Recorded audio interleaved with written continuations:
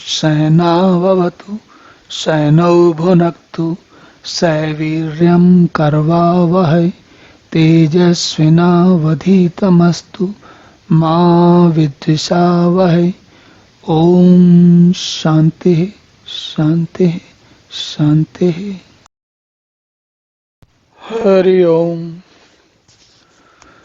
तो भगवान अब आगे कहते हैं, अफलाकांक्षी भी यज्ञ विधि दृष्टा यह इज्यते यष्टव्यम एव इति मनः समाधाय सा सात्विकः।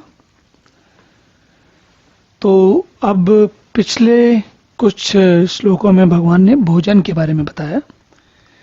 अब इस श्लोक से भगवान यज्ञों के बारे में बताते हैं। ध्यान दीजिए, इस अध्याय के आरंभ में भगवान ने, अर्जुन ने पूछा था इसलिए भगवान उनको विभिन्न प्रकार के यज्ञ, आहार, तप, दान, इनके बारे में बता रहे हैं। और इन सभी चीज़ों के बारे में ये बता रहे हैं कि किस प्रकार के लोग किस प्रकार के कार्यों को करते हैं। जैसे भोजन के बारे में बताया था कि तामसी लोग किस प्रकार का भोजन करते हैं, या फिर तामसी भोजन किस प्रकार का आपका व्यक्तित्व बनाता है। तो अब यहाँ पर भगवान यज्ञ की बात करते हैं और क्या कहते हैं? कहते हैं कि अफलाकांक्षी भी यज्ञ, जो फलों की आकांक्षा से जो यज्ञ नहीं किया जाता, अफलाकांक्षी भी। विधि दृष्टा, नियम से किया जाता है, जो सही जो भी नियम या जो भी विधि बताई गई है, विधि विधान, उसके अनुसार जो इज्जत है, जो इसकी जिसमें किया जाता है, उसको ऐसे यज्ञ को करते हैं जिसमें कि विधि विधान हो और फलों की आकांक्षा नहीं हो, उनसे फलों की आशा नहीं हो। तो भगवान और साथ में ये भी कहते हैं कि यज्ञ करना ही कर्तव्य है, ऐसा जो लोग जानते हैं।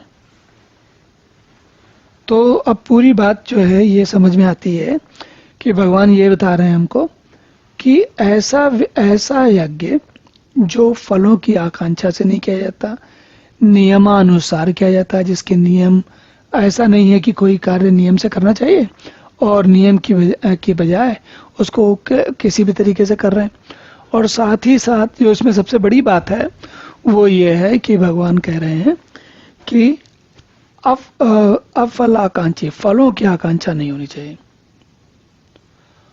और भगवान ये कहते हैं कि यष्टम एवेति मनः समाधाय सा सात्विका। जो ये बात होती है कि यज्ञ करना ही कर्तव्य है, इसका अर्थ होता है, देखिए हमने यज्ञ शब्द के बारे में चर्चा की थी, और यज्ञ जो है वो बुद्धि से प्रेरित होता है। जब हम किसी कार्य को, साधन को करने के लिए पूरे हर प्रकार का, हर तरफ से अपना मन हटाकर एक ही जगह केंद्रित करते हैं, तब वहां से यज्ञ का आरंभ होता है। जैसे एक उदाहरण समझिए कि किसी प्रदेश में नदी का जो जल है वो या तो बाढ़ में एकदम बहा देता हो या सूखा हो जाए तो पानी ना आता हो। तो ऐसी स्थिति में वहां पर अगर कोई बहुत बड़ा बांध बनाया जाएगा तो वो एक यज्ञ होगा। और उस यज्ञ का फल क्या होगा? उस यज्ञ का फल न चाहने वाले, तो जो लोग उस बांध को बनाएंगे वे उसका बांध का फल स्वयं नहीं चखेंगे, बल्कि वो उस आसपास के क्षेत्र के लोगों के लिए करेंगे। और इसके अतिरिक्त एक और भी बात है कि वो जो है बांध तो नियम से बनाया जाएगा, ऐसा तो है नहीं कि कहीं भी बना लेंगे। और जो बांध बनाने वाले हैं वो क्या करेंगे? वो जानते हैं कि जब समाज में ऐसे जो इंजीनियर हैं या ऐसे जो निर्माण करता है, वे लोक विकास के लिए पूरा कार्य कर रहे हैं, अपने स्वयं के लिए नहीं कर रहे हैं। तो ऐसे भाव से जो कार्य करते हैं वे सात्विक हैं।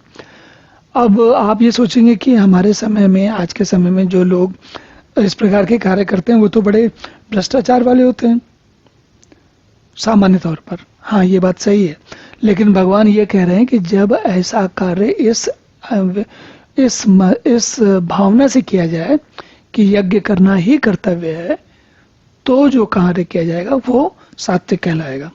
चलिए अब अगला श्लोक देखते हैं।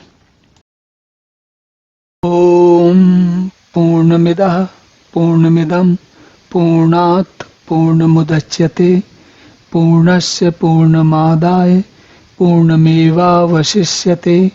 ओम शांति शांति शांति।